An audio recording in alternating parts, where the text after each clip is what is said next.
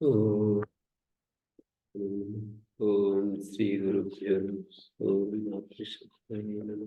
ओम सत्यम सत्यम तमसोमा ज्योतिर्मृत्युर्मृत्युर्म।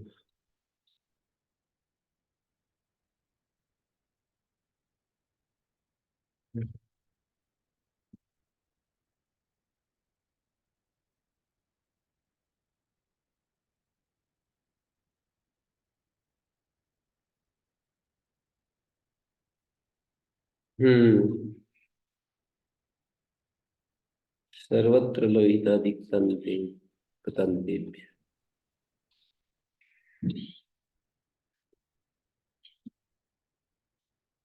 ये इत्ते पूर्वेण विकल्पे प्राप्ते नित्यार्थम वचनम। पूर्व सूत्र से विकल्प प्राप्त था। यहाँ पर जो कहा था ना, प्राचाम स्पष्टता, पूर्व सूत्र से प्राचाम और उदीचाम विकल्प प्राप्त था। ये जो कल मैंने बात बताई थी ना, सर्वत्र का सर्वदा अर्थ है। मैंने महाभाष्य में पढ़ाते समय ये बात लिखी हुई है, सर्वत्र मानी सर्वदा। इस सूत्र को महाभाष्य से पढ़ा रहा था।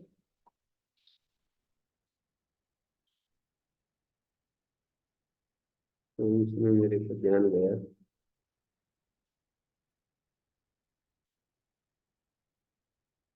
प्राचाम स्पष्टता।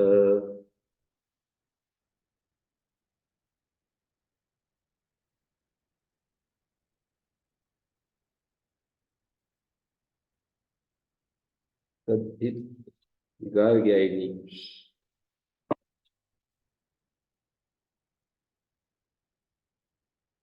सर्वत्र इत्यस्य बाधक विषय भी, ऐसा उद्योग ने दिया है। बाधक विषय में भी तो फिर नित्य हो जाएगा ना। सर्वेषाम यथा स्यात्, सर्वेषाम स्त्री प्रत्ययानाम पाठ वेद, सर्वेषामेव अपवाद विषयाणाम विवादनम कृत्वा स्फो यथा स्यात्। वादनम कृत्वा सर्वेषाम अपवाद विषयाणाम अपि विषये स्फो यथा स्यात्। सर्वत्र माने यहाँ पर सर्वत्र गणम किमर्थम, प्राचाम एव ही स्यात्। प्राचाम माने देश दृष्टि से, न कि काल दृष्टि से। नहीं तो सिद्धम प्राचाम पूर्वे इदम तरहि प्रयोजनम सर्वेषाम एव यथा स्यात्। ऐसा पाठ है महाभाष्य में।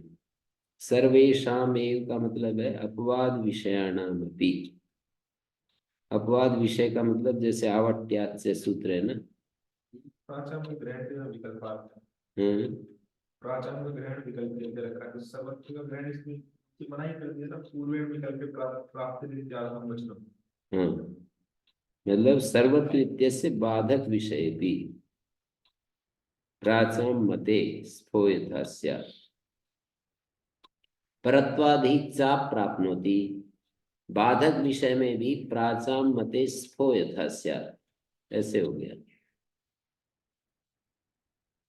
अपवाद विषयणमपि इहि अनुपयोगात् पूर्व सूत्रेण सर्वत्र ग्रहणम संबध्यते। यहाँ इसका कोई उपयोग नहीं। सर्वत्र लोहितादि तंतेभ्य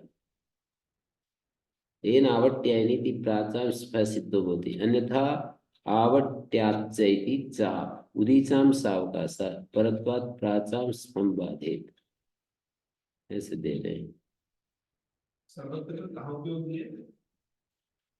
सर्वत्र लोहितादि तंतेभ्य सूत्र में सर्वत्र ग्रहण के बारे में कहा कि यहाँ आरंभ सामर्थ्य से प्राचामिति न संभत्स्यते। आरंभ सामर्थ्य से प्राचाम यहाँ संबंधित नहीं होगा। सर्वत्र स्फ भवति लोहितादि तंतेभ्य। प्राचाम सर्वत्र गणम किमर्थम, आरंभ सामर्थ्य से प्राचाम अपने आप संबंधित नहीं होगा। सूत्रारंभ सामर्थ्यात् अत्र प्राचाम इति न संबध्यते, अन्यथा तेनेव सिद्धे सूत्रमिदं व्यर्थम स्यात्। तो कह रहे नहीं तो प्राचाम एव ही स्यात्। सर्वत्र पहले इन्होंने कहा कि सर्वत्र ग्रहण इसलिए है कि पहले वाला सूत्र प्राचाम में लग रहा था, मतलब प्राग देशवर, प्राचाम का मतलब प्राग देशवर, प्राग देश में और उदक देश उदीचाम। तो सर्वत्र ग्रहण के अर्थम प्राचाम में भी स्यात्, ऊपर वाला सूत्र प्राचाम लग रहा है। नहीं तदस्ति प्रयोजन, ये तो कोई प्रयोजन नहीं है। सिद्धम प्राचाम पूर्वेण, प्राचाम प्राचाम तो पहले वाला सूत्र लग ही रहा है, इदंतर ही प्रयोजनम सर्वेषाम एव यथा स्यात्। सर्वेषाम एव का मतलब अपवाद विषयाणाम अपि, सर्वत्र इत्यस्य बाधक विषयेपि इति तत्र अर्थः। तत्र अर्थः पूर्व सूत्रे संबद्धस्य सर्वत्र पदस्य, पूर्व सूत्र में जब सर्वत्र जोड़ेंगे तो बाधक विषय में भी ऐसा अर्थ हो जाएगा। बाधक विषय में भी प्राथम स्पष्ट तद्धिता ही लगता है।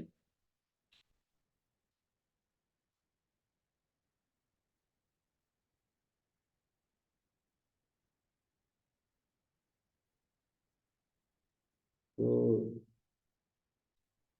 प्राथम स्पष्ट तद्धिता ययस्य तो क्या करता है, ययंत से ईप करता है। प्राचम स्पष्ट तद्धिता प्राग देश में स्फ होता है, वो तद्धित संज्ञक होता है। तो ये दो बात होगी, गार्ग्यायनी बन गया। प्राचम स्पष्ट तद्धिता, तो सर्वत्र की यहाँ अनुवृत्ति लाते हैं तो बाधक विषय में भी ऐसा होता है। नहीं तो परत्वाद्धि चाप प्राप्नोति, बाधक विषय भी प्राचाम मते स्फो यथा स्यात्, ऐसा कह रहे हैं। बाधक विषयाणाम अपि, बाधक विषय में भी, बाधक विषय में भी परत्व से जो चाप प्राप्त होता है, बाधक विषय में भी प्राचाम मते स्फो यथा स्यात्। तो यहाँ वाला सर्वत्र पद से ये अर्थ कैसे मिल गया, तो कहते हैं इह अनुपयोगात, यहाँ सर्वत्र का उपयोग नहीं है, ये तो आरंभ सामर्थ्य से ही हो जाएगा। हैं? ये सूत्र तो आरंभ सामर्थ्य से ही नित्य हो जाएगा, तो यहाँ सर्वत्र का कोई उपयोग नहीं है। इह अनुपयोगात पूर्व सूत्रेण सर्वत्र लोहितादि कथयन्तेभ्यः सूत्रे सर्वत्र ग्रहणाभावे भी लक्ष्य दोष असंभवा तत्पूर्व सूत्रे प्राचम तद्धिता इत्यत्र संबध्यते।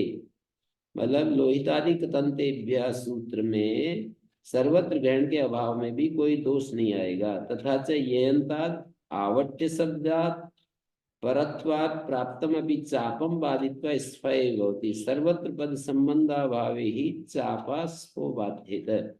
सर्वत्र पद संबंध नहीं करेंगे तो चाप के द्वारा स्फ बाधित होने लगेगा। जो आवट्याच चाप होता है उसके द्वारा स्फ बाधित होने लगेगा। सर्वत्र नहीं जोड़ेंगे तो आगे जो आवट्याच चाप आ रहा है वो चाप स्फ को बाधेगा।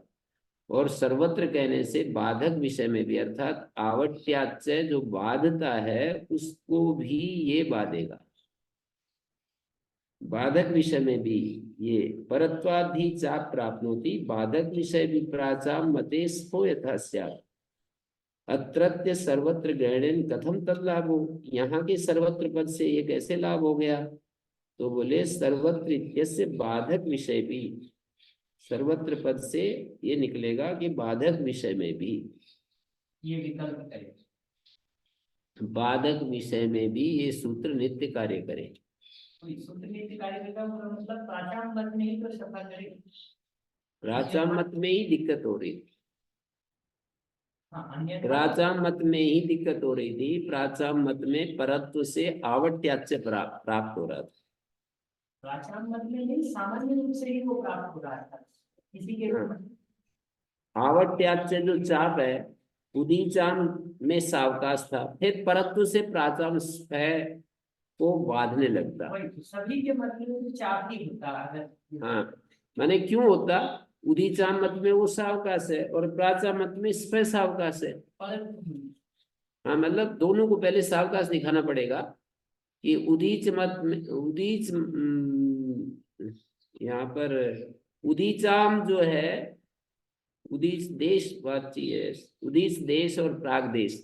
उदीच देश में ये आवट्याच से सावकाश हो गया, प्राग देश में प्राचाम स्पष्ट तद्धिता सावकाश हो गया। अब प्राचाम में दोनों प्राण प्राप्त होने लगे।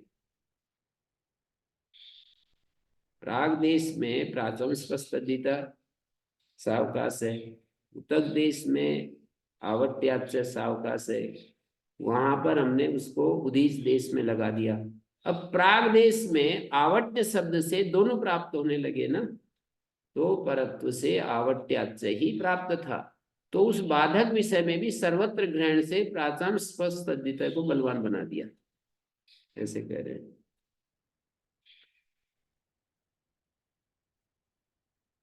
यहाँ तो मतलब इनका कहना ये सर्वत्र लोहित आदि की ततन्ते सूत्र में ना सर्वत्र ना भी करते तो फिर प्राचाम का संबंध यहाँ नहीं होता आरंभ सामर्थ्य से।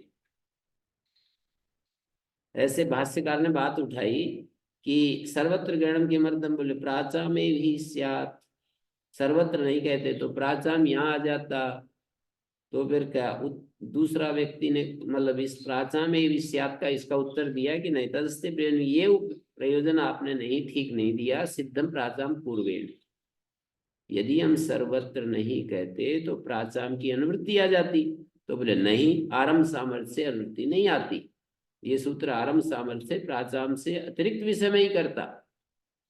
फिर बोले अच्छा, तो ये प्रयोजन है कि सर्वेशाम एव यथा स्यात्, आवट्यायनी जो है ना, सर्वेशाम एव का मतलब होता है सर्वेशाम एव अपवाद विषयाणाम अपि बाधनम कृत्वा स्फोयते। भाषा ऐसी है यहाँ, सर्वेशाम एव यथा स्यात्, सर्वेशाम यथा स्यात् ऐसा भी पाठ भेद है, स्त्री प्रत्ययानाम सर्वेशाम एव स्त्री प्रत्ययानाम बाधनम यथा स्यात्, सभी स्त्री प्रत्ययों का बाधन हो जाए, जो आवट्याच्य से चाप प्राप्त है उसका भी बाधन हो जाए।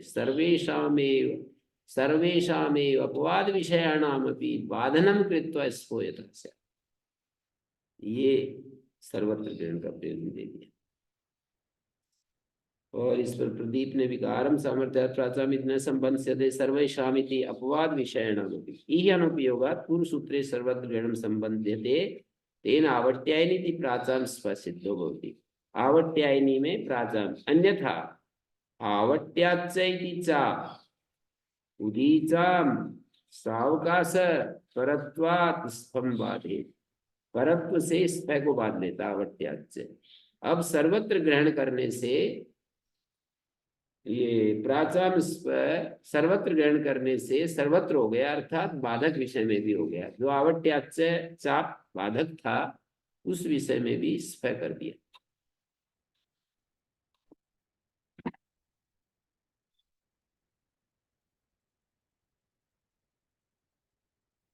और यहाँ पर पूर्वेण विकल्प प्राप्त नित्यार्थम वचनम, पूर्व से विकल्प प्राप्त था नित्य के लिए, सर्वत्र लोहितादि कतंतेभ्य सर्वत्र लोहितादिभ्य पर्यंतेभ्य ह्ययंतेभ्य स्त्रियां स्व प्रत्ययो भवति।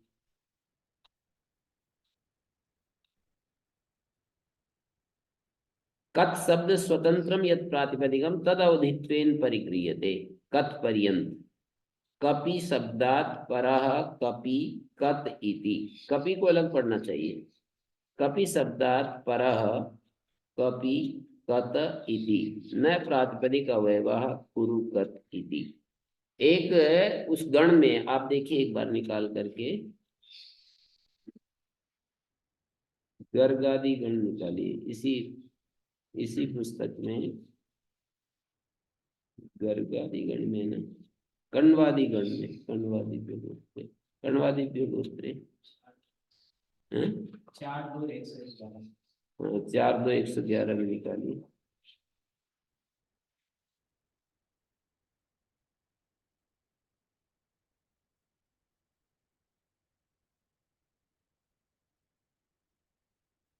कण्वादि गोत्रे में कण्वादि गण कौन से हैं इसका पता तो फिर दूसरी जगह जाना पड़ेगा, हैं? कहीं और कहीं और। ये गर्गादि गण देखिए, गर्गादि, गर्गादि भी है।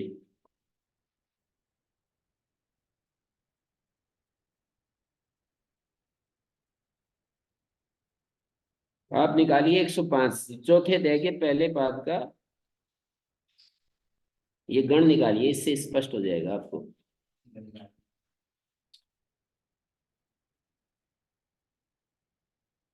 आप देखिए, गर्ग वत्स वाजा से संकृति अज व्याघ्रपात विद भृत प्राचीन योग अगस्ती पुलस्ती रेव अग्निवेश शंख शठ धूम अवट चमस धनंजय मनस वृक्ष विश्वावसु जनमान। अब ये जो है ना, लोहित से शुरू करके सकल पर्यंत जो है ना, ये गर्गादि, ये यहाँ वाला गण है, लोहित आदि कतंत। इसको निशान लगा सकते हैं, लोहित से लेकर के शकल तक। तो ये इन्होंने ये कहा, तंड वतंड कपि और कत। ये जो कपि शब्द है ये लिया गया है, कुरुकत वाला कत नहीं लिया गया है। कपि के बाद जो कत स्वतंत्र शब्द है वो लिया गया है, कुरुकत में जो कत है वो नहीं लिया गया है। कत शकल कण्व, कण्वादि व्योगोत्रे वाला जो कण्वादि गण है वो यहाँ से शुरू हो रहा है, वो यहाँ से शुरू हो रहा है। अनडु के बाद कण्व शकल गोकक्ष अगस्त्य कुंडिल यज्वल उभय जात विरोहित वृषगण इत्यादि इत्यादि कण्व से शुरू हो रहा है कण्वादि। तो अब आप देखिए यहाँ पर और करवादी का कब तक जाएगा? अंत तक। टूटी हुई।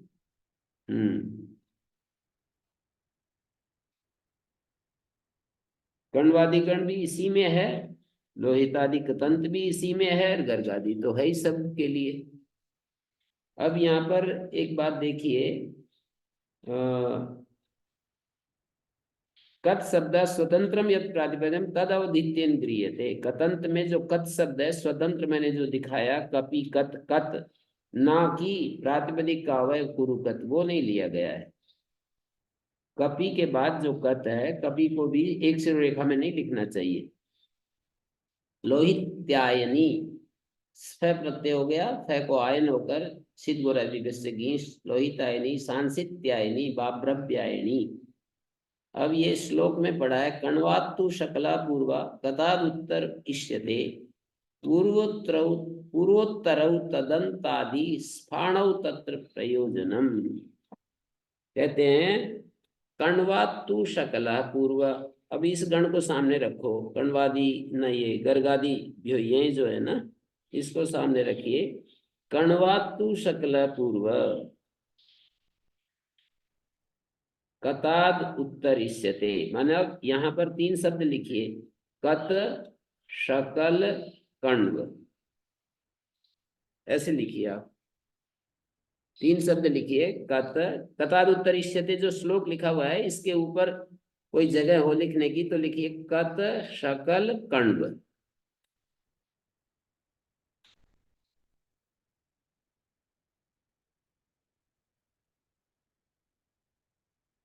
तो इसमें मैंने जो लिखवाया क्रम, उसमें क्या बन गया, कताद उत्तर, कथ से तो उत्तर आ गया शकल, और कण्व से पहले आ गया शकल। मैंने 3 शब्द लिखवाए, कत शकल कण्व। तो कण्वातु, कण्व से तो शकल शब्द पहले आना चाहिए, कताद उत्तरिष्यते और कत से उत्तर में आना चाहिए। मैंने जो लिखवाया उसमें यही तो स्थिति बन गई। क्या लिखवाया, कत शकल कण्व। यहाँ सकल बाद में। हाँ जी, गण में कल के बाद सकल। हाँ तो उसके तो कत शकल कण्व, एक तो ये 3 शब्द हैं।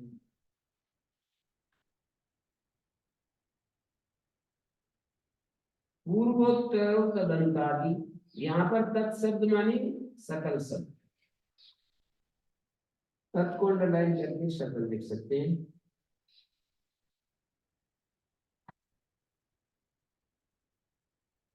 देखिए कण्वातु, कण्व शब्द से शकल पहले है, कताद उत्तर इससे थे और कत से उत्तर में है। कण्व से पहले और कत के बाद में है। गण में जैसा पढ़ा है उसको आप जाने दीजिए। ये जो कारिका कह रहे हैं ना कारिकाकार, उसके अनुसार विचार कीजिए। कण्वातु शकला पूर्व कताद उत्तर इष्यते, मानी कत कण शकल और कण्व ऐसे आप पढ़िए। पूर्वोत्तर पूर्व गण और उत्तर गण तदंत आदि, मानी वो शकल शब्द अंत में है जिसके और वो शकल शब्द आदि में है जिसके। तदंत आदि में जो तत्पद है वो शकल का संकेतक है। तत् का मैंने लिखा है ना, वह शकल शब्द, तत् बराबर वह शकल शब्द। अंत आदि मानी वह शकल शब्द अंत में है जिसके और वह सकल शब्द आदि में है जिसके। तत् शब्द जो है दोनों के साथ जुड़ा है ना, अंत और आदि। वह शकल शब्द अंत में है जिसके, वह शकल शब्द आदि में है जिसके। स्थाणु तत्र प्रयोजनम, ऐसा करने से हमें क्या लाभ मिलेगा? बोले स्थ भी हो जाएगा और अण भी हो जाएगा। स्थाणु तत्र प्रयोजनम, अण किससे हो जाएगा? कण्वादि गोत्र से हो जाएगा। किस शब्द से अण चाहते हैं? कण्वादि गोत्र में किस शब्द से अण चाहते हैं? तत् शकल कण्व स्थाणु तत्र प्रयोजनम, तत् शकल कण्व। कर्ण पे जाते, कर्ण में मानी पहला गण लोहित आदि बनेगा शकल शब्दांत। पहला गण क्या बनेगा? शकल शब्द पर समाप्त होगा लोहित आदि। लोहित आदि सकल पर्यंत पहला गण होगा। लोहित आदि सकल शब्दांत। और उत्तर गण सकल शब्द आदि, उत्तर गण जो है सकल शब्द आदि बनेगा। उत्तर गण का मतलब कण्वादि गण जो है सकल शब्द आदि बन जाएगा। कण्वादि का मतलब हो जाएगा कण्व का आदि।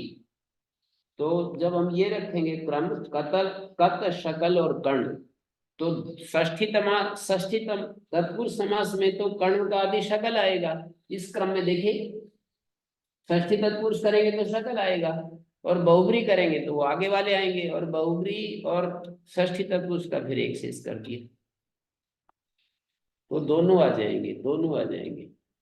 कण्वादि कहने से शकल भी आ जाएगा और कण्वादि कहने से कण्व के बाद वाले भी आ जाएंगे, बहुब्री और षष्ठी तत्पुरुष करने से। जटिल हो गया। मैं ये कह रहा हूँ शकल तो पहले से गुरुजी कण्वादि गण में है, तो ये तो इतना ही चाह रहे हैं कि लोहित आदि गण में भी शकल को मिल लिया जाए। इतना ही तो प्रयोजन है। स्फै और अण दोनों चाहते हैं। अण तो पहले से हो रहा कण्वादि गण में होने से, गण में लिखा ही गई है तत्व के बाद। तो इतना ही तो हम चाह रहे हैं कि लोहित आदि गण में भी शकल शब्द आ जाए ताकि सफा हो। हाँ स्फै हो जाए, स्फै हो जाए ये चाह रहे हैं। तो इसको लिए पाठ थोड़ा सा आगे पीछे कर दिया तो फिर कोई कहेगा, ये कहेगा कि जी ये कण्वादि में तो शकल आया नहीं, तो षष्ठी समास कर देंगे। षष्ठी समास कर देंगे तो कण्व का आदि शकल आ गया कि नहीं आ गया है? और कहेंगे कि भाई यहाँ पर लोहित आदि कतंतेभ्य कहा है, लोहित आदि कत पर्यंत कहा है, तो फिर तो कत पर्यंत में तो फिर ये शकल आया नहीं। तो कैसे करोगे? लोहित आदि कतंतेभ्य सूत्र में शकल शब्द तो आया ही नहीं, षष्ठी समास करेंगे। कतस्य अंता कतंतार, कत अंत में है जिसके कतंत है। कत का अंत क्यों है? शकल है। और कत अंत में जिसके इधर वाले सब आ जाएंगे। तो इस तरह से कितना सामर्थ्य भाषा में है ना। इससे प्रॉब्लम भी क्रिएट होती है और इससे समाधान भी होते हैं।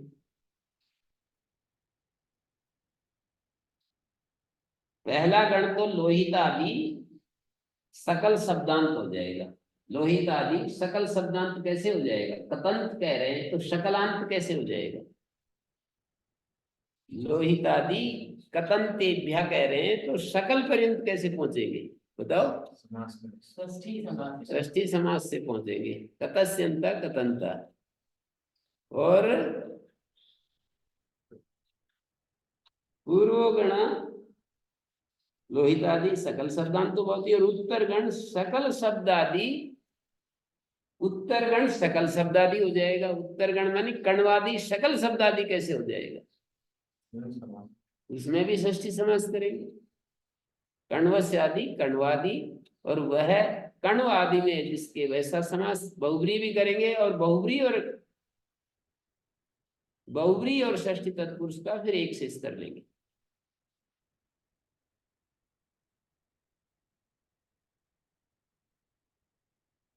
तो ऐसे करके प्रयोजनम लोहित्यायनी सांसित्यायनी बाभ्रव्यायनी प्रातिपदिकेषु अन्यथा पाठः सैव व्यवस्थापयितव्या इति मन्यते। ऐसा मान रहे हैं। कौन मान रहे हैं? मन्यते क्रिया कर्ता कौन है?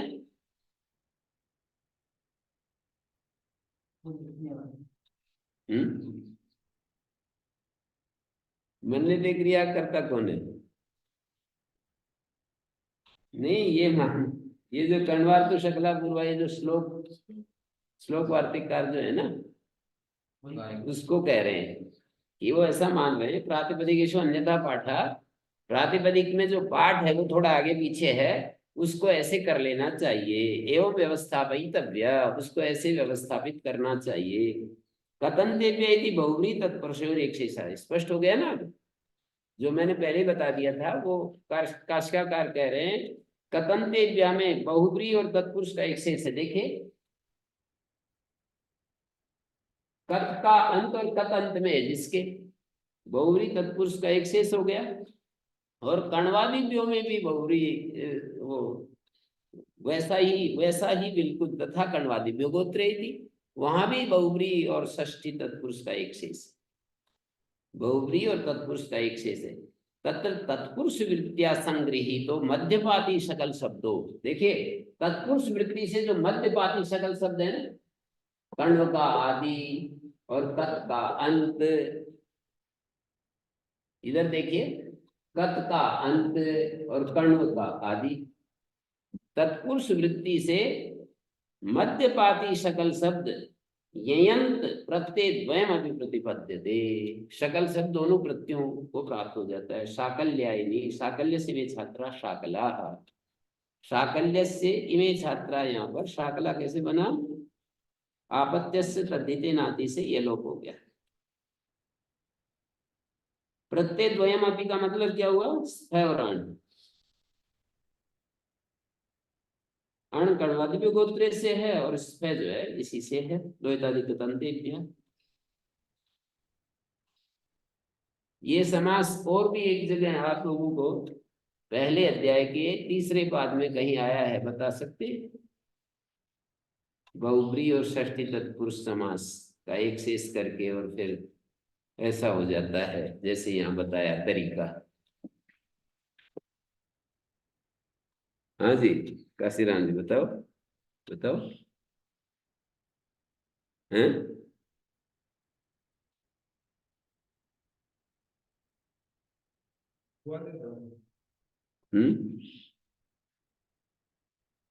हाँ ठीक बोल रहे हो, बताओ।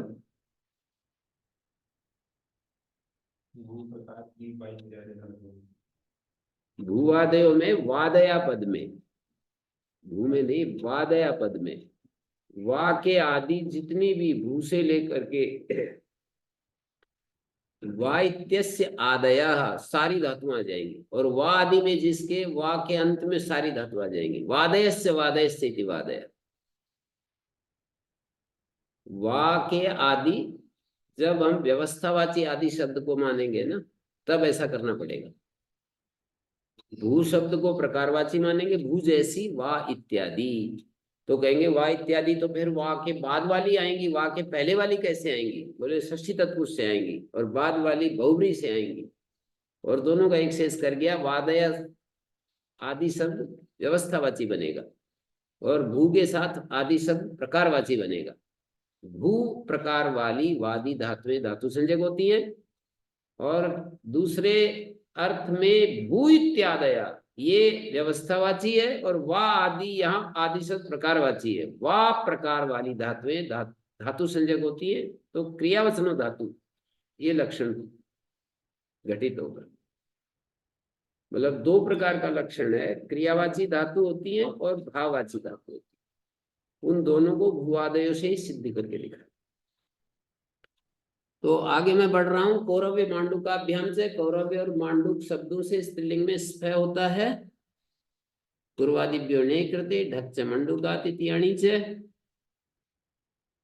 पूर्वादियों से ने प्रत्यय होता है, ढक्च मंडुकात इति अणि च। यथाक्रमम ताप गीप और अपवाद, ताप और गीप का अपवाद है। कौरव्यायनी मांडुकायनी। कौरव्यायनी मांडुकायनी। कथम कौरवी सेना? बोले तस्सेदम विवक्षायाम अणि कृते भविष्यति। तस्सेदम विवक्षा में अण कर लिया। कौरवी सेना कौरव्य मांडुकयो आसुरे रूप संख्यानम। कौरव्य और मांडुक शब्द से जो प्रत्यय कहा है उसमें आसुरी का भी प्रसंग उपसंख्यान करो। आसुरायणी आसुरायणी शैषिकेषु अर्थेषु इयस्य इति अणि प्राप्ते छह प्रत्ययिष्यते। आसुरी शब्द से शैषिक अर्थों में इयस्य सूत्र से अण प्राप्त होता था। छह प्रत्यय चाहते हैं, ये इष्टि है। शैषिकेषु अर्थेषु इयस्य इति अणि प्राप्ते आसुरे छह प्रत्ययिष्यते। आसुरे और जोड़ना पड़ेगा इष्टि में।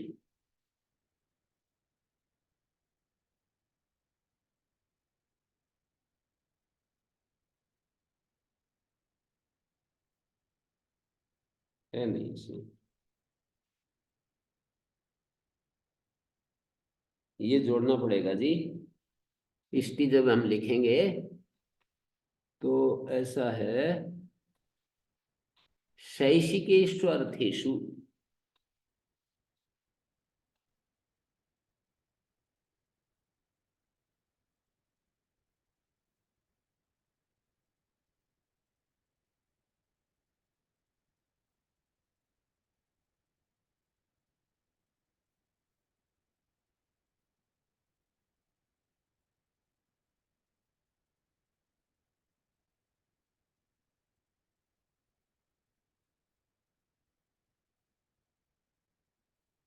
शैषिकेषु अर्थेषु क्या कह रहे? शैषिकेषु अर्थेषु इयस्य इति अणि प्राप्ते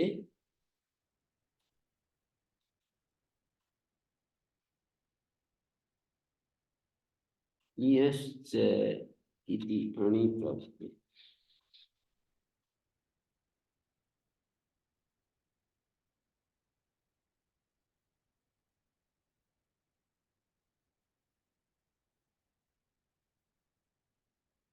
यश्च इति अणि प्राप्ते छह प्रत्ययिष्यते।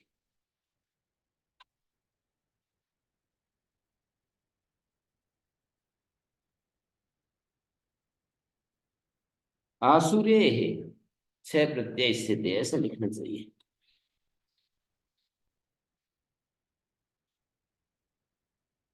केवल आसुरी के बारे में कह रहे हैं।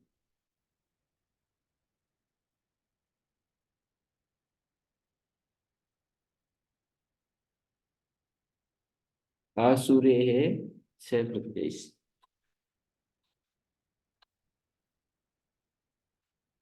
इस स्थिति को यहाँ देने की क्या जरूरत है? छात्र वाली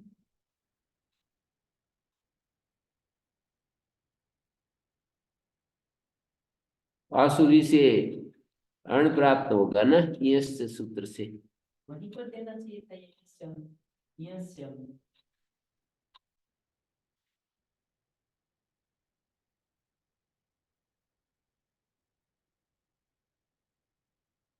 आसुरीय कल्प।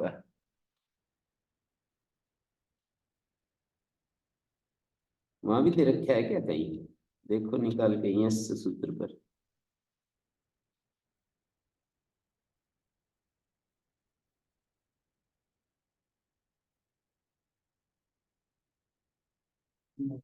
यार ऐसी अपवाद है, इतना ही भी। यस, अच्छा अपवाद।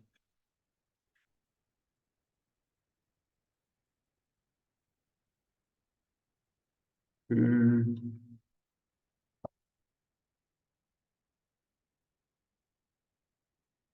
कौरव्य मांडुक्यो आसुरेण संख्यानम। ये क्या लिखा है? पतंजलि में लिखा है, सही सीरीज यहाँ क्यों दिया? तो उत्तर देते हैं कि आसुरी प्रसंगात इदम अत्र उक्तम, अन्यथा द्वि आसुरी ग्रहणम कर्तव्यम से। दो बार आसुरी पढ़ना पड़ेगा, एक यहाँ एक बार वहां पढ़ो। हैं?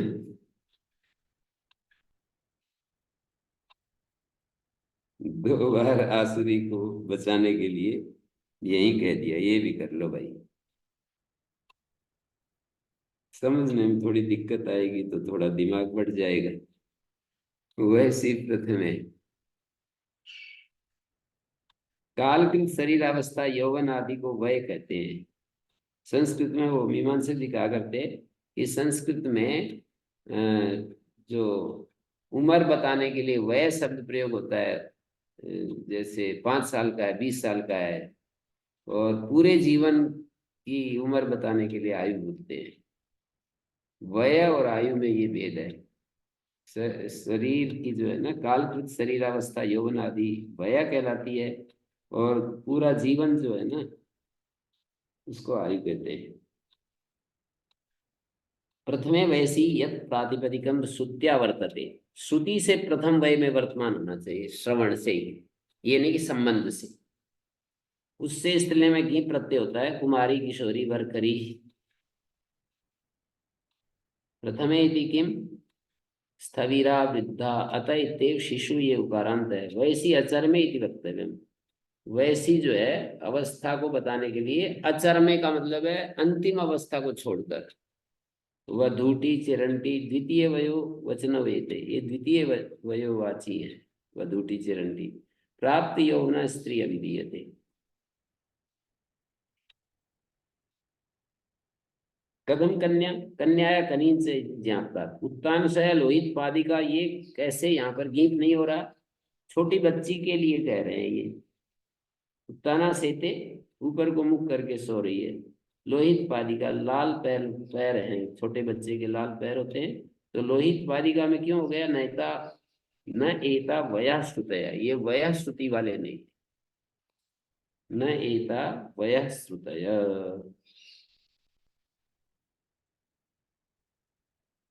द्विगो, द्विगु संजगात प्रातिपदिकात स्त्रियां कीप प्रत्यो भवति पंचकूली दशकूली। द्विगु संजक प्रातिपदिक से स्त्रीलिंग में गीप प्रत्यय होता है, पंचकूली दशकूली। कथम त्रिफला अजादीषु दृश्यते हैं। त्रिफला कैसे हुआ? आजादी गण में होने से हैं। अपरिमाण विस्तादित कंबल तद्दित लुकी। पूर्वेण गीप प्राप्ता प्रतिषिद्धते, द्विगो सूत्र से गीप पाया था। अपरिमाणांता द्विगो विस्ताचित कंबल्यंता द्विगो तद्दि लुकी सती गीप प्रत्यो न भवति। देखिए, अपरिमाणांत द्विगु से गीत नहीं होता, और विस्ताचित कंबल, ये परिमाणांत होते हुए भी नहीं होगा। विस्ताचित कंबल ये परिमाणवाचक है, परिमाणांत द्विगु से भी नहीं होगा। तद्दि लुकी सती विस्तादि नाम परिमाणार्थम ग्रहणम लिख ही दिया। विस्ताचित कंबल, इन तीनों का ग्रहण जो है ना, परिमाण के लिए है। सर्वतो मानव परिमाणम भवति। परिमाणम तो सर्वता इस न परिच्छेद मात्र वाची, परिच्छेद मात्र अर्थ नहीं है। सर्वतो मानव परिमाणम भवति। सर्वथा आरोहता परिणाहता मीयते परिच्छिद्यतेन परिमाणम भवति। मतलब उसको सब तरफ से माप करते हैं ना, जैसे घन घन मापने जैसा। घन कैसे करते? लंबाई चौड़ाई ऊंचाई, आयतन जितना जगह क्लियर करता है उसको। हाँ वो आयतन कैसे कहते हैं उसको? हाँ सामान्य उसमें तो लंबाई चौड़ाई ऊंचाई 3 गुना करेंगे तो आ जाएगा। जैसे यहाँ पर इसका फर्श का क्षेत्रफल तो या छत का क्षेत्रफल तो लंबाई चौड़ाई में आ जाएगा जी, लेकिन ये जो पूरा चाहिए जगह तो ऊंचाई से ही। हाँ, यदि इसको पूरा को कहेंगे, जैसे घर बाल्टी के अंदर जो है ना, पानी कितना आएगा ये देखने के लिए आयतन। हम्म लोहा कितना लगेगा ये देखने के लिए क्षेत्रफल हम्म बाल्टी बनाने में।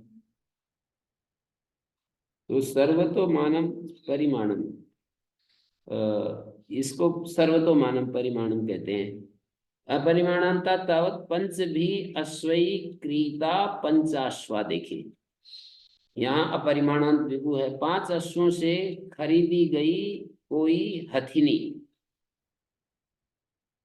पंचाश्वा अस्तिनी। एक हाथी 5 घोड़े के बराबर होता है।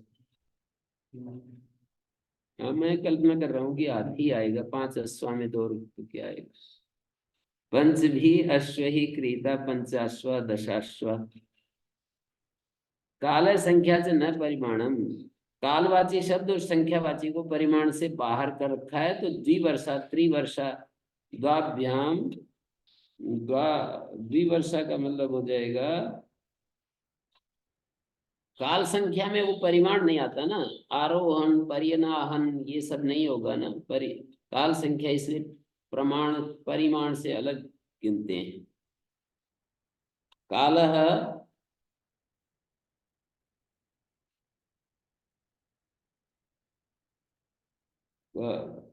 काल, जैसे यहाँ पर पंच भी अश्वई क्रीता में, तेन क्रीतम अर्थ में तद्धितार्थोत्तर पद समाहरे द्विगु होता है, और आहरात को कुछ संज्ञा प्रमाण ठक आएगा, और द्विगु होकर अध्यर्थपूर्व द्विगु लुक संज्ञान से ठक का लुक हो जाएगा। लुक होने के बाद द्विगु सूत्र से गीत पाता था उसका निषेध हो गया, अजाद्य तष्टाप हो गया। सिद्धि इसकी थोड़ी जटिल हो रही है। पंच भी अश्वई क्रीता पंचाश्वा कैसे बनेगा, तो तद्धितार्थोत्तर पद समाहारित सूत्र से यहाँ पर समास करेंगे। पंच और अश्व का समास करने के बाद फिर द्विगु नाम पड़ेगा, संख्या पूर्वक द्विगु, और अध्यर्थ पूर्व द्विगुलुक संज्ञान से जो प्रत्यय आएगा उसका लुक होगा। आराध को संख्या परिमाण ठक को आएगा। 5वें अध्याय के पहले पाद का 19 नंबर सूत्र, आराध को संख्या परिमाण ठक, तेन क्रीतम वहां पर 36 नंबर सूत्र है उस अर्थ में, और फिर 28 नंबर अध्यर्थ पूर्व द्विगुलुक संज्ञान। इतना यदि याद हो कि इतने नंबर वो सूत्र है, इतने नंबर वो सूत्र है, और उस प्रकरण में ये सूत्र है, बस बहुत इजी हो जाएगा ना अष्टाध्यायी। इस प्रकरण में इतने नंबर सूत्र से ये हो रहा है, फिर दूसरे इतने नंबर सूत्र से ये हो रहा है, तो अष्टाध्यायी काफी इजी हो जाती है।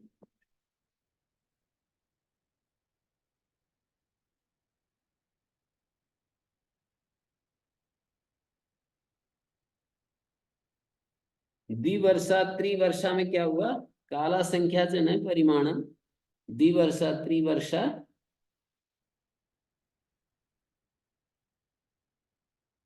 इसका निर्वचन क्या करेंगे, मतलब इसका ढंग, द्वाभ्याम शताभ्याम क्रीता द्विशता ये है, और द्विवर्षा का मतलब क्या होगा, द्विवर्षे प्रमाणम अस्या इति द्विवर्षा, इस तरह से आएगा। द्विवर्षे भूता तम अधिष्टो वृतो भूतो भावे, 5वें अध्याय के पहले पाद का सूत्र है। तम अधिष्टो वृतो भूतो भावे, कालात प्रकरण चलता है एक, उस कालात प्रकरण में द्वे अधिष्टे वृतो भूतो भावी ऐसे सूत्र आता है वहां पर, लगभग 74-75 देखो निकाल।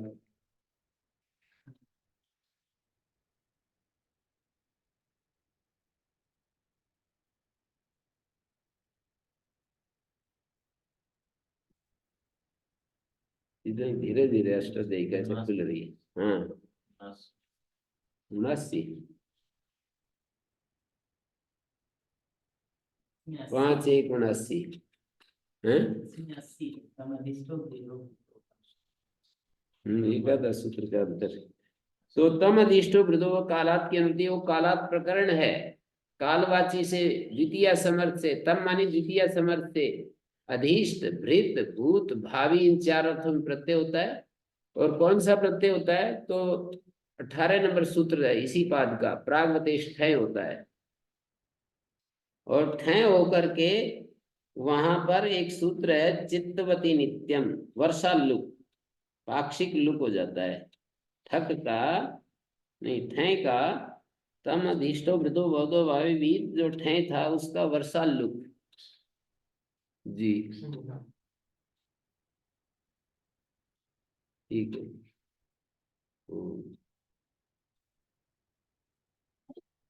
वो हो गया था, हो गया आशीर्वाद। कोई ब्रह्म वाक्य जिसमें याद रखूं।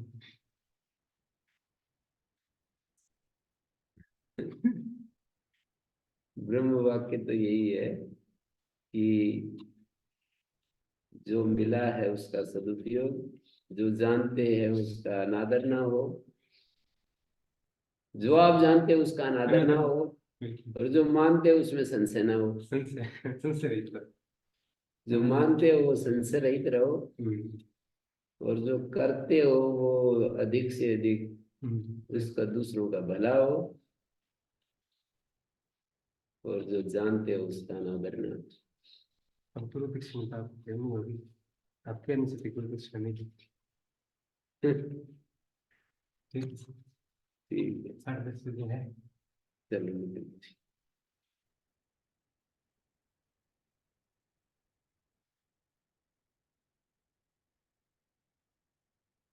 तो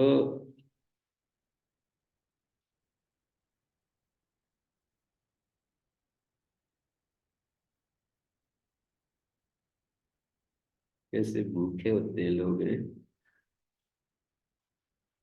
जो भूखे होते हैं सीधा खून बन जाता है उसका, जाकर है।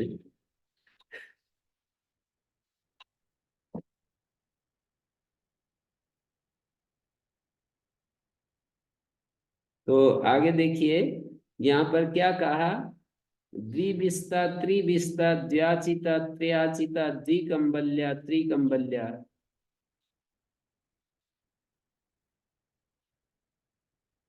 द्विविस्ता यहाँ पर वो बनेगा, परिमाण अर्थ में ठय का आएगा, उसका लुक हो जाएगा। उन्मान अर्थ में ठक्का, ऐसा कह रहे हैं। द्व्याचिता आचित 10 भारासु, 10 भार को आचित कहते हैं। दो आचितो पचती, 8 गाचित पात्रात खोन्य दर्श्याम द्विगोष्ठस्य, पक्ष में ठन और ख, प्रागवतीय ठय और लुक हो जाएगा। विस्ता तद्धितार्थोत्तर पद समाहारे सूत्र से, तद्धितार्थोत्तर पद समाहारे सूत्र से ठय आएगा, उसका फिर लुक हो जाएगा।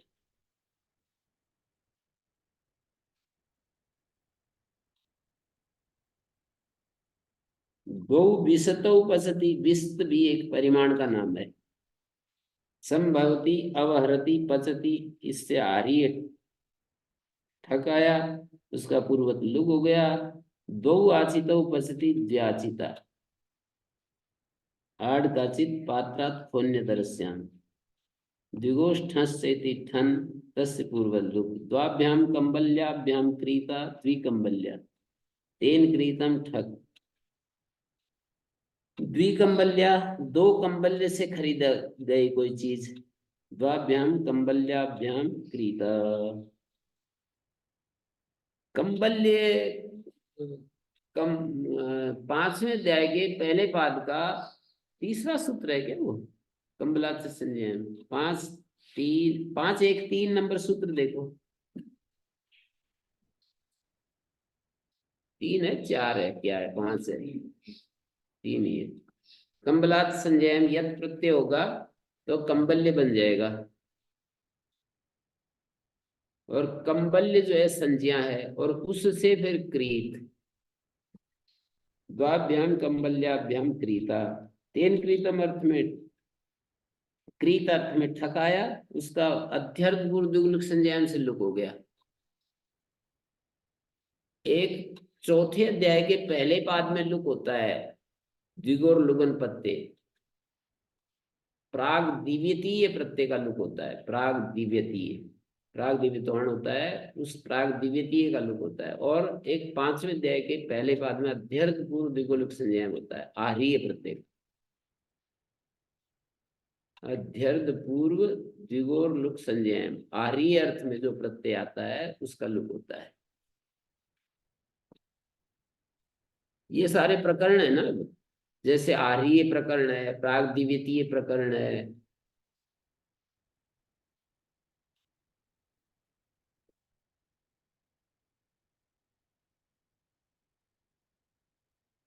ओझा जी जो है ना, आप जानते हो ओझा जी को, पतंजलि में आते रहते थे, मोटे आदमी, एक वैयाकरण, देखे थे? देखो, आपके वीडियोस भी देखते हैं तो उसमें उनका बार बार आता रहता है बीच में। हाँ, तो वो जो है ना, अष्टाध्यायी तो याद नहीं की, पर सिद्धांत कौमुदी क्रम से पढ़े, और उनको सूत्रों का आइडिया है कि यहाँ ये है, यहाँ ये है, असिद्ध वदत्राभात आदि। ये सामर्थ्य की भी बात होती है, दिमाग बहुत तेज है उनका, बहुत ही ज्यादा, प्रपंच, इतना ज्यादा प्रपंच में रहते हुए भी, दुनियादारी में रहते हुए एकदम दिमाग काम करता है कि ये ऐसे ऐसे ऐसे एकदम। तो इस कारण से जो है ना, अष्टाध्यायी तो उन्होंने नहीं याद कर रखी है, तो कहते भी हैं अष्टाध्यायी हमने नहीं, पर उनको आइडिया है, अष्टाध्यायी देख कर देख ली होगी कि ये ऐसे क्रम है, बाकी उन्होंने वो पढ़ा है सिद्धांत कौमुदी क्रम से, सूत्रों का आइडिया अच्छा है कि ये वहां उस प्रकरण में, ये उस प्रकरण में, उस प्रकरण में।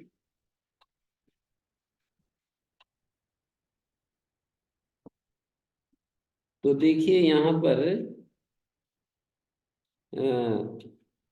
मतलब द्विविस्ता त्रिविस्ता, द्व्याचिता त्रियाचिता, द्विकंबल्या त्रिकंबल्या, द्विविस्ता त्रिविस्ता, द्व्याचिता त्रियाचिता, द्विकंबल्या त्रिकंबल्या,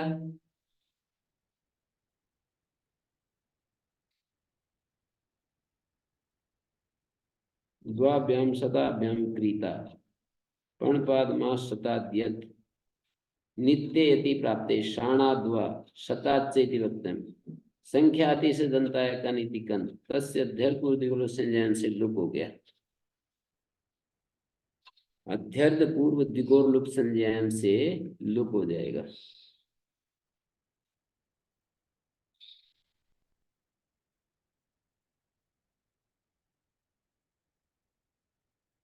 कंबल एक परिमाण है, पद्मश्रीकार ने लिखा है पूर्णा पल शतम,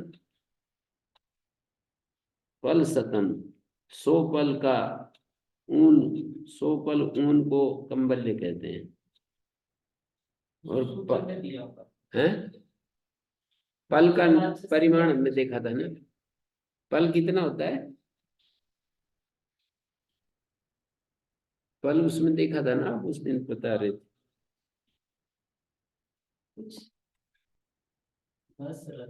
40-50 ग्राम, 40 ग्राम, 40-50 ग्राम कुछ ऐसे ही था, 4 ग्राम का एक पल, नहीं 4, क्या है, 4 तोले का एक पल, और 4, एक तोला उतना ही था, 10 से 12 ग्राम के बीच में है, अलग अलग। एक तोला तो 10-12 ग्राम होता है, फिर 4 तोले का एक पल, 4 तोले का एक पल, तो 100 पल का मतलब हो गया 400 तोले, 4 किलो, 400 तोले का मतलब हुआ लगभग 4 किलो, 4 kg। 4 से 5 के बीच में। 10 ग्राम लेंगे तो 4 किलो, 12 ग्राम लेंगे तो लगभग 5,000। तो द्विविस्ता, त्रिविस्ता, द्व्याचिता, विस्त भी एक परिमाण है, आचित भी एक परिमाण है, द्विकंबल्य एक परिमाण है। विस्त आचित कंबल्य से गीत नहीं हुआ। ये शब्द कैसे सिद्ध होंगे? तो प्रत्यय आएगा 5वें अध्याय में, इनसे खरीदी गई कोई चीज ऐसे ऐसे, और उसका फिर लुक हो जाएगा, और लुक होकर के फिर ये गीत की प्राप्ति होगी और उसका निषेध हो जाएगा। काल और संख्या परिमाण नहीं होते हैं तो द्विवर्षा त्रिवर्षा अपरिमाणवाची हो गए ये। और द्वाभ्याम शताभ्याम, जैसे काल था द्विवर्षा, अपरिमाणांत के 3 उदाहरण यहाँ पर मैंने लिखे हुए हैं।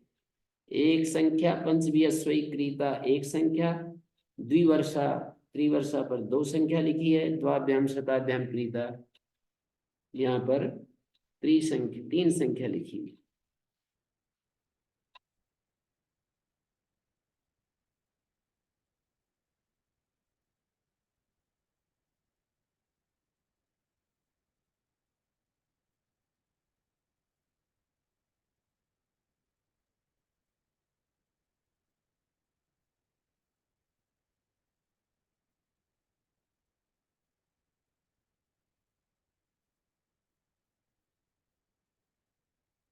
अपरिमाणिति किम? द्व्याढकी त्र्याढकी।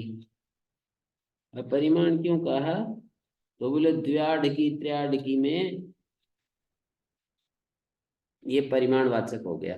तो परिमाणवाचक हो गया, द्विगु सूत्र से कीप हो जाएगा। तद्धिल्लुकी किम? समाहारे 50वीं दशाश्वी।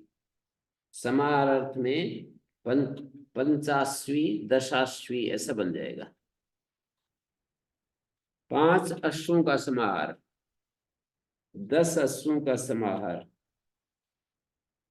समाहार का अर्थ वही नहीं होता है कि एकदम बंडल बना दिया, बुद्धि में भी समाहार होता है।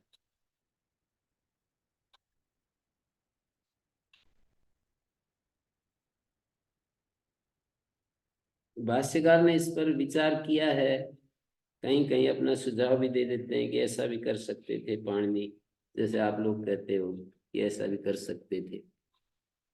जैसे यहाँ पर कहा है कि 2 निषेध हटा सकते थे भाष्यकार, ऐसा कह रहे हैं। पाणिनि 2 निषेध हटा सकते थे। अपरिमाण विस्सादित कंबलेभ्यो न तद्धित लुकी, हैं? 2 नहीं, एक को हटा सकते थे। इमौ 2 प्रतिषेध उच्यते तत्र एका शक्यो वक्तुम् परिमाणांता तद्धित लुकी, ऐसा एक सूत्र बनाएंगे, वो नियमार्थ हो जाएगा।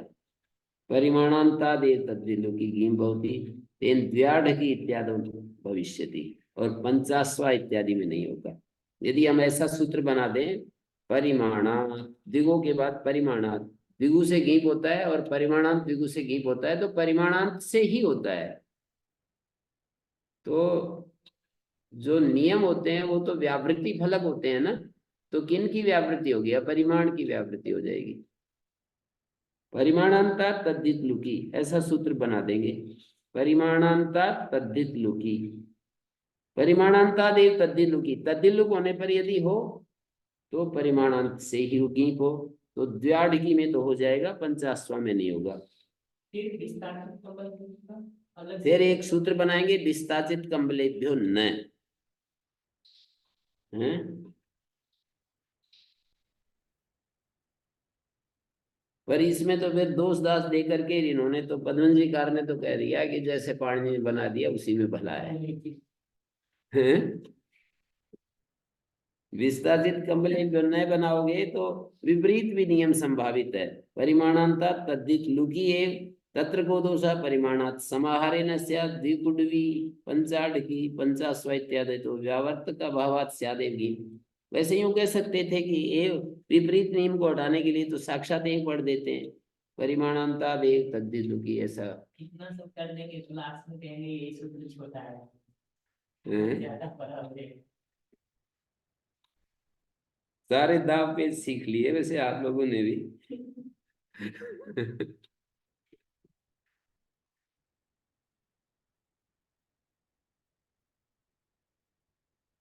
जिनकी मैथमेटिकल बुद्धि होती है ना, उनके लिए तो व्याकरण अच्छा दिमाग में आता है, समझ में है। समय चाहिए थोड़ा अभ्यास के लिए और सूत्र याद करने। सूत्र तो याद हो ही जाते हैं लगे लगे। बार बार रिपीट करने से ही मानस में टिकता है, नहीं तो उस दिन तो याद रहता है धीरे, लेकिन धीरे धीरे नहीं, बार बार अभ्यास यदि करें, जैसे कितने ही हजारों श्लोक मेरे को याद है पर रटे नहीं, तो ऐसे भी हो जाते हैं। श्लोक याद होने में तो दो चीजें काम आती है, एक उसका अर्थ और दूसरा भाषा। तो बार बार करने से होते हैं। जैसे आज एक वाक्य आया वेद का, कितना अच्छा, मतलब वो जैसे कह रहे हैं ना, कोई ब्रह्म वाक्य सुनाओ, वो याद आता तो मैं वही सुना देता। अग्ने सर्द महते सौभगाए, हे अग्ने, हे परमात्मा, महान सौभाग्य के लिए हमें सहनशील बनाओ। ये प्रार्थना है, वेद वचन। हे अग्ने, महान सौभाग्य के लिए हमें सहनशील बनाओ। ये प्रार्थनाएं कैसी हैं देखो, कितना सुंदर प्रार्थनाएं है।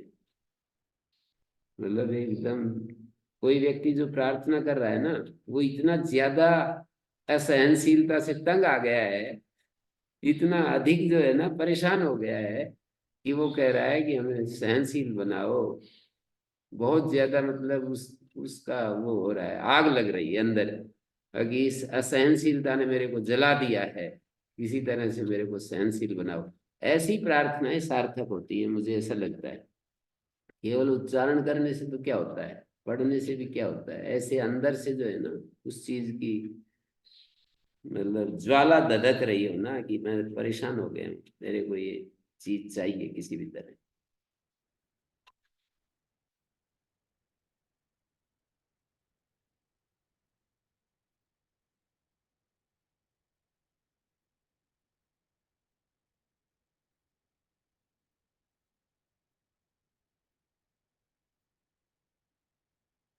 तो ये हो गया जी। कांडांता क्षेत्रे, कांड शब्दांत द्विगु से तद्दिलुक होने पर क्षेत्रवाच्य हो तो घी प्रत्यय हो जाता है। द्वे कांडे प्रमाणमस्या क्षेत्र भक्ते, प्रमाणे द्वैस दग्नज मात्र तद्धित प्रत्यय आएगा। प्रमाणे लोग द्विगोर नित्यम, एक वार्तिक है वहीं पर 5वें अध्याय के दूसरे पाद का, ये 36-37 नंबर सूत्र है। प्रमाणे द्वैस दग्नज मात्र च, प्रमाणे लोग द्विगोर नित्यम लुकी कर कृते द्विकांडा क्षेत्र भक्ति। कांड एक परिमाण का नाम है, दो कांड क्षेत्र, भक्ति मानी भाग, क्षेत्र का भाग, त्रिकांडा क्षेत्र भक्ति। कांड शब्द से अपरिमाण वाचित्वात् पूर्वेण एव प्रतिषेधे सिद्धे क्षेत्रे नियमार्थमस्ति। अपरिमाणवाची हैं? अपरिमाणवाची कांड शब्द से परिमाण वाचित्वात्, वो परिमाण एक अलग उसमें है ना, ये प्रमाणवाची तो हो सकता है, परिमाण नहीं। परिमाण मानी जैसे कि आयतन को मापने की चीजें होती हैं, उनको परिमाण कह रहे हैं, तो इस अर्थ में अपरिमाणवाची है। पूर्वेण प्रतिषेधे सिद्धे, अपरिमाणवाची से पूर्व से ही सिद्ध था, तो क्षेत्र में नियम कर रहे हैं। इमाभूत द्विकांडी रज्जु, त्रिकांडी रज्जु, दो कांड प्रमाण वाली रज्जु, त्रिकांड प्रमाण वाली रज्जु। लेंथ नापने के लिए प्रमाण होता है, आयतन नापने के लिए परिमाण होता है, और तराजू आदि के ऊपर अनुमान होता है। ऐसे है ये सब। प्रमाण विशेष है कांडा में, देखो लिख दिया ना, प्रमाण विशेष है ये कांड, परिमाण नहीं, प्रमाण। पुरुषात् प्रमाणे अन्यतरस्याम द्विगो तद्दिलुकी ते, प्रमाणे या पुरुष शब्द तदंता द्विगो तद्दिलुकी सति अन्यतरस्याम न घी प्रत्यो भवति, अन्यतरस्याम घी प्रत्यो न भवति। दो पुरुषों प्रमाणम अस्या परिखाया, दो पुरुष प्रमाण है जिस परिखा के, द्विपुरुषा द्विपुरुषी। त्रिपुरुषा त्रिपुरुषी। दो पुरुष, पुरुष का मतलब क्या होता है, यहाँ बिगड़ करके ना जी, इतने प्रमाण को देखिए, इतने प्रमाण को पुरुष कहते हैं। परस बन गया, परस। इसको जब दोनों हाथ फैलाते हैं इसको परस बोलते हैं, परस। और संस्कृत में पुरुष बोलते हैं। दो पुरुष प्रमाण है जिसका, उसको कहेंगे द्विपुरुषा द्विपुरुषी विकल्प से। त्रिपुरुषा त्रिपुरुषी। अपरिमाण अपरिमाणांतत्वा नित्य प्रतिषेधे प्राप्ते विकल्पार्थम वचनम। प्रमाणे इति किम द्वाभ्याम पुरुषाभ्याम क्रीता द्विपुरुषा त्रिपुरुषा। तद्धिलुकी इत्येव समाहारे द्विपुरुषी त्रिपुरुषी।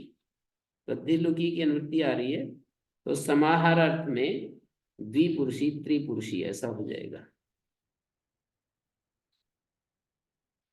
वो कब आएंगे, आ जाएंगे? नौ आसपास जी को बोल दिया है।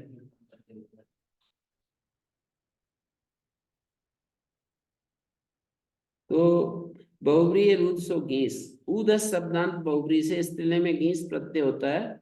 ऊदसो अनग इति समासान्ते कृते अनो बहुव्रीहि इति डाक प्रतिषेधयो प्राप्तव्यमुच्यते। घटोद्नि कुंडोद्नि। घट के समान ऊद है जिसका, ऐसी अच्छी गाय कोई होती है ना, उसको घटोद्नि कहते हैं। ऊद मानी उसका ऐन जो होता है ना, ज्यादा दूध वाला।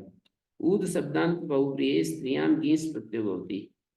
ऊद सोनंगिति समासान्ते कृते अनो बहुव्रीहि इति डाक प्रतिषेधयो प्राप्तयो इदमुच्यते। घटोद्नि घट।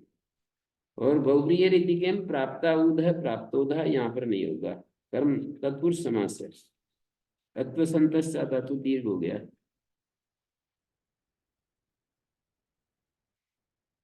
अनुपदालोपिना इत्यस्यापि गीपो अयम उत्तरत्र अनुवृत्तिर्बाधक इष्यते। समासांतश्च स्त्रियामेव इह न भवति महोधा पर्जन्य। समासांत प्रत्यय स्त्रीलिंग में ही होता है। वो जो उद सोनंग सूत्र है ना, वो समासांत जो प्रत्यय है उद सोनंग पांचवें अध्याय के चतुर्थ पाद में, वो स्त्रीलिंग में ही होता है। महोधा पर्जन्य पुल्लिंग में नहीं होता है। अनुपदालोपिनो इत्यस्यापि।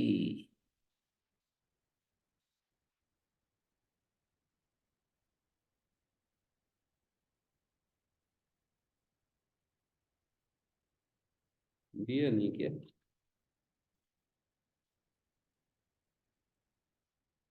इष्टि दी नहीं है।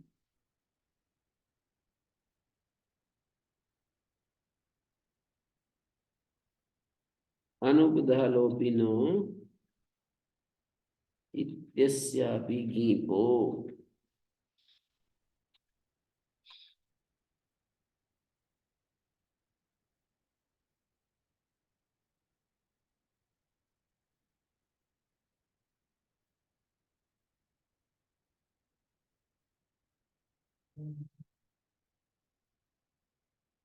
अनुपदालोपिनो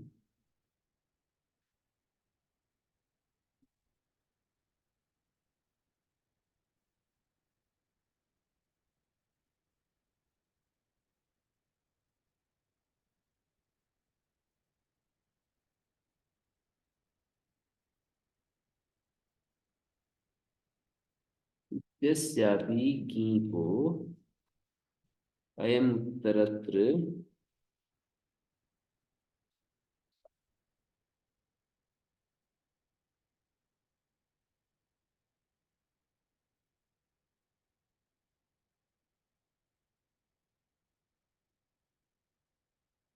उत्तरत्र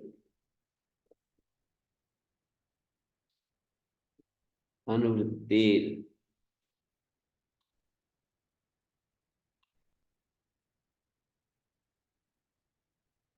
बाधक इष्यते।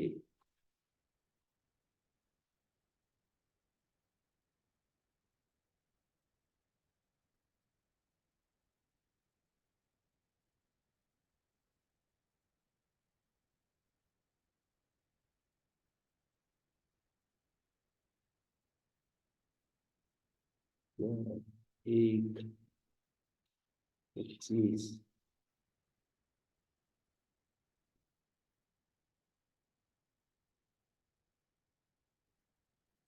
ऑफिस जा रहे हैं और वो फोन रिसीव नहीं कर रहे, फोन किया था और वो रिसीव नहीं किया उन्होंने,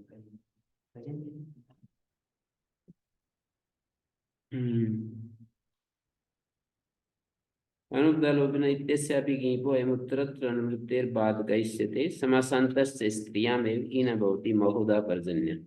समासांत प्रत्यय जो है वो स्त्रीलिंग में ही होता है, इसलिए ईन भवति बहुधा पर्जन्य।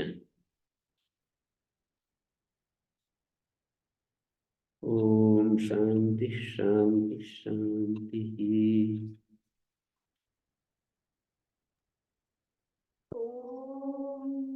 श्री गुरुभ्यो नमः।